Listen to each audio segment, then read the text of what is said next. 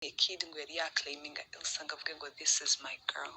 Niyo agiye kurya abo bana bandi arababwira ngo Elsa niwe unyikururaho, nyine like ntago ajya mwemera habe na gatoya, kandi Elsa aramukunda. So rero Kid arya Elsa, he sleeps with Megan, he sleeps with Liliane. Abo bakobwa uko ari batatu bose aryamana nabo, noneho niyo bagiye hanze abajyana none uzi the sad part, they all know. Uri kumva, they all know ko Kid bose abaryo uko ari batatu, they are okay with it, barabyakiriye. Elsa is okay, like Elsa yabaye so submissive kuri Kid, hahandi she's okay kuba bizi ko bari abakobwa babiri arabarya kandi bose turagendana ariko Kid yishimye. Uri kumva the level of mental, sinzi ukuntu nayita. Umva ibya Kid ni byinshi, oya ahubwo hari ibyo bashaka kubwangira ubwoba bwo kubyumva. Umva that is too much information, ariko still ndi bubyumve. Ngiye nkundi nkuru biteye ubwoba ndi bubyumva. Ngo mbwiye umuntu ni byose banzu nshakire proof neza, ibindi byo biteye ubwoba. That man is a monster, he's a monster. Ibaze mana we, umva he sold girls. Mbega ni byinshi, ariko ibya Elsa byo umva Kid nta namwe yari yicana ngavuge ngo ngiyewe nkundana na Elsa ngo bimuve mu kanwa. No, it's Elsa akunda Kid aryamana Megan, aryamana Liliane, aryamana n'umukobwa witwa Hope ntabwo ngiye muzi uwo ari we. Hope niwe urimo kubivuga, urumva Hope niwe urimo gutanga bambwiye amazina. So that girl Prince Kid yari yaramugize nk'umugore we, muri kunyumva. That girl ngo yagarutse no muri Miss Rwanda I think nka rimwe cya kabiri muri no myaka nyuma yacu. So that girl Prince Kid yari yaramugize nk'umugore we, noneho amupromisinga ikamba. The girl came back, agarutse ntiyaribona. Ataribonye, what Prince Kid did, amuhereza ngo umwe mu bafatanyabikorwa bo muri Koje Bank, like aramupasa. And mind you, this is a thing Prince Kid akora ngo cyane. Abandi bakobwa ntago amazina yabo I didn't care. So Prince Kid cyakora afata umukobwa ngakamurya igihe nyine amubeshya ikamba, yabona ntagezamo ngakamuhereza undi.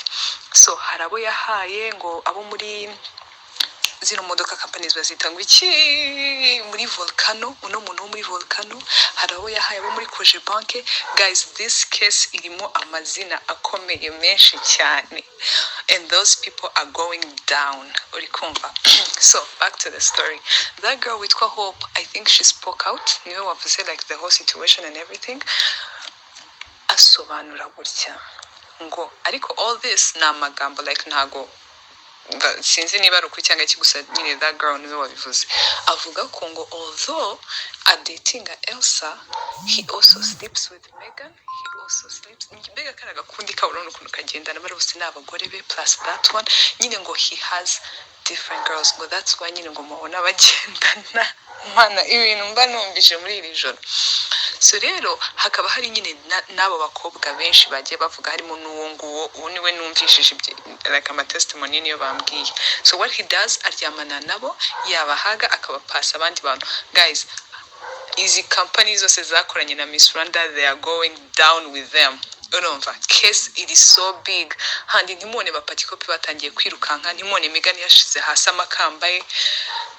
Ibi bintu bigiye kuba so big, harimo a lot of big names, abantu bakomeye. Ngo sumbaze ngo niba ngo aba CEO bahehe, ntumbaza barayanjye. This is some hot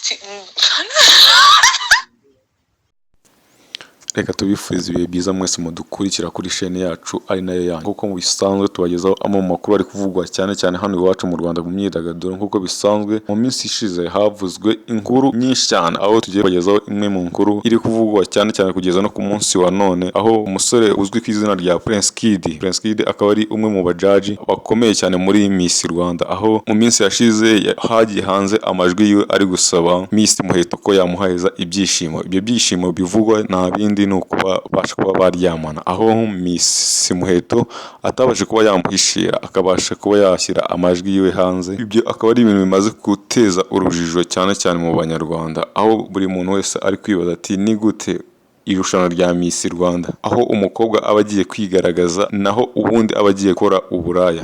Bamwe mu bajaji ari we Prince Kid abasha kuba yakifuza kuba yamusambanya kugira ngo abashe kuba yamuhereza ikamba.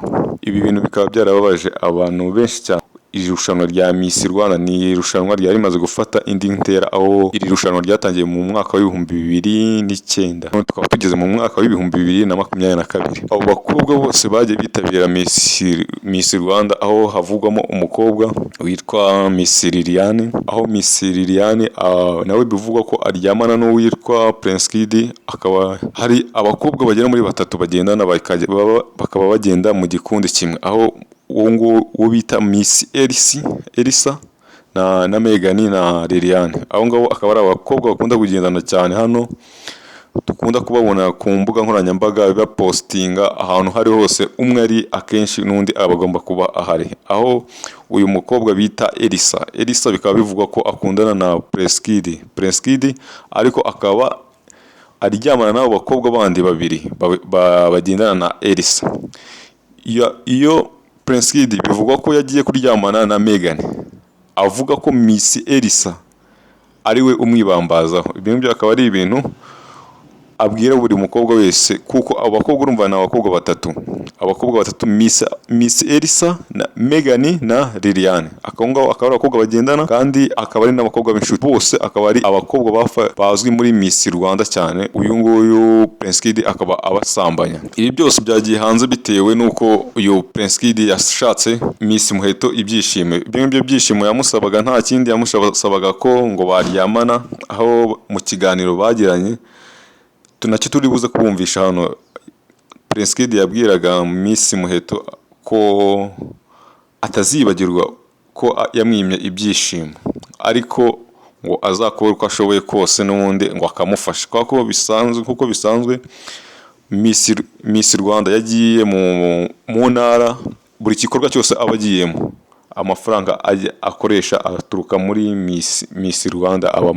Ayo ngayo aba ari amafaranga aba yarateganyijwe agomba kuzakoreshwa muri ibyo byose. Aho ku munsi wa none hagiye hanze amajwi ya kabiri akurikira amajwi ya mbere azasanga amajwi ya mbere yatangajwe, aho none ku munsi wa none hari kuvuga ko Miss Elisa, Megan na Liliane n'undi mukobwa utazwi ariwe witwa Hope.